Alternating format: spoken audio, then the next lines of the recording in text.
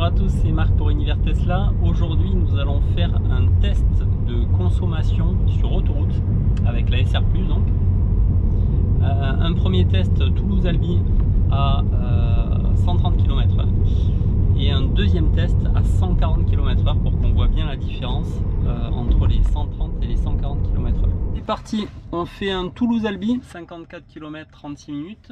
J'ai remis le compteur kilométrique à 0. Voilà, donc on va faire le trajet en respectant scrupuleusement les 130 km/h et on verra la consommation pour en déduire l'autonomie de la voiture.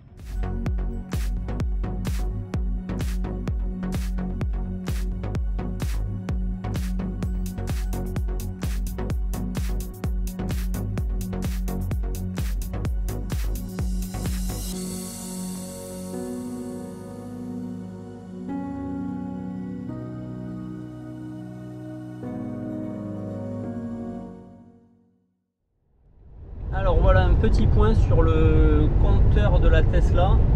Donc là on est à 130 km/h au régulateur et Waze oscille entre 128 et 129. Donc c'est assez, le compteur de la Tesla est assez proche de la réalité. Qu'est-ce qu'on peut voir sur la conso? Donc on a parcouru 20 km, 19 km exactement. Et on fait du 170 Wh par kilomètre, donc ça fait du 17 kWh au 100 km. Donc très bonne consommation. On va attendre la fin du trajet pour faire des produits en croix et des calculs. Mais voilà, très efficient en été la SR+.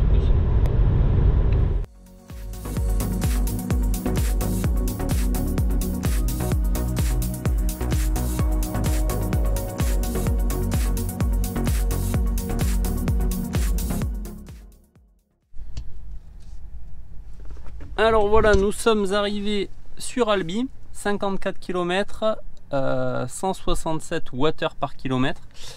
Donc c'est un petit peu faussé parce que sur la fin du parcours, il y a une partie à 110 et on a eu des travaux, une petite portion à 90.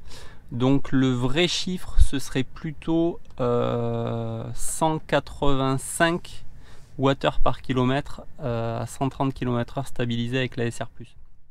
Si on considère que la capacité utilisable de la batterie de la SR+ est de 51,6 kWh et qu'on a une consommation de 18,5 kWh au 100, alors on peut déterminer une autonomie théorique de 279 km sans aero-wheels, donc sans enjoliveur qui améliore l'aérodynamique de la voiture. En pratique, avec les aero-wheels et une conduite souple, les 300 km sont atteignables avec une SR+. Concernant le coût énergétique pour 100 km, si comme moi vous payez votre kilowattheure à 10,8 centimes d'euros TTC, alors une consommation de 18,5 kWh au 100 km représente l'équivalent énergétique de 1,99 € au 100 km. On repart d'Albi, direction Toulouse. J'ai remis à 0 le compteur kilométrique. On va faire le retour à 140 km/h. Alors pourquoi 140? Déjà c'est parce que si comme moi vous n'aimez pas trop rester derrière les voitures à 130, vous préférez être légèrement plus rapide sur la voie de gauche sans faire de gros excès de vitesse. Alors je sais que c'est politiquement incorrect, mais moi j'aime bien rouler à 135, 136. Donc vous verrez voilà, un vrai trajet autoroutier sans se priver, sans rester derrière une voiture. En conditions réelles, vous allez voir la différence. Normalement ça devrait quand même être notable.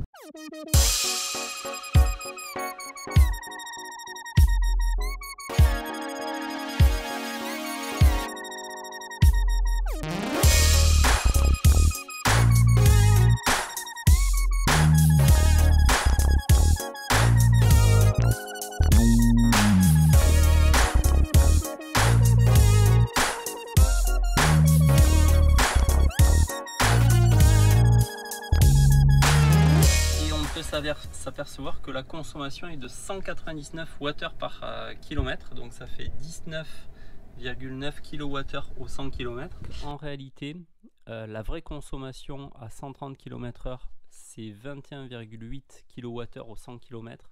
Moi, j'ai obtenu 19,9 parce que j'avais un début de parcours à 110 km/h et une petite zone de travaux à 90 km/h qui a faussé un petit peu les résultats. Mais la vraie consommation de la SR+, dans ces conditions, temps ensoleillé, etc., c'est 21,8 kWh. Attention, pour ceux qui ne le savent pas, une chaussée humide, par temps de pluie, on consomme 10% de plus et même 20% si on a vraiment des trombes d'eau. C'est vraiment significatif sur un véhicule électrique, la différence de consommation. On ne s'en rend pas trop compte avec un véhicule thermique, mais sur un véhicule électrique, c'est très net. Si on fait le calcul d'autonomie avec cette consommation à 140 km/h de 21,8 kWh au 100 km, on obtient 236 km d'autonomie sans aérowheels. En pratique, avec les aérowheels et une conduite souple, 250 km sont atteignables avec une SR+. Concernant le coût énergétique, à 10 centimes du kilowattheure, ça nous fait un coût énergétique de 2,35 € au 100 km. Est-ce que 300 km d'autonomie veut dire qu'on ne peut pas aller loin en SR+? Eh bien, c'est totalement faux. Vous pouvez faire le test sur Better Route Planner. Moi, je m'amuse à dire que je peux, si je veux, avec ma SR+, aller voir les aurores boréales.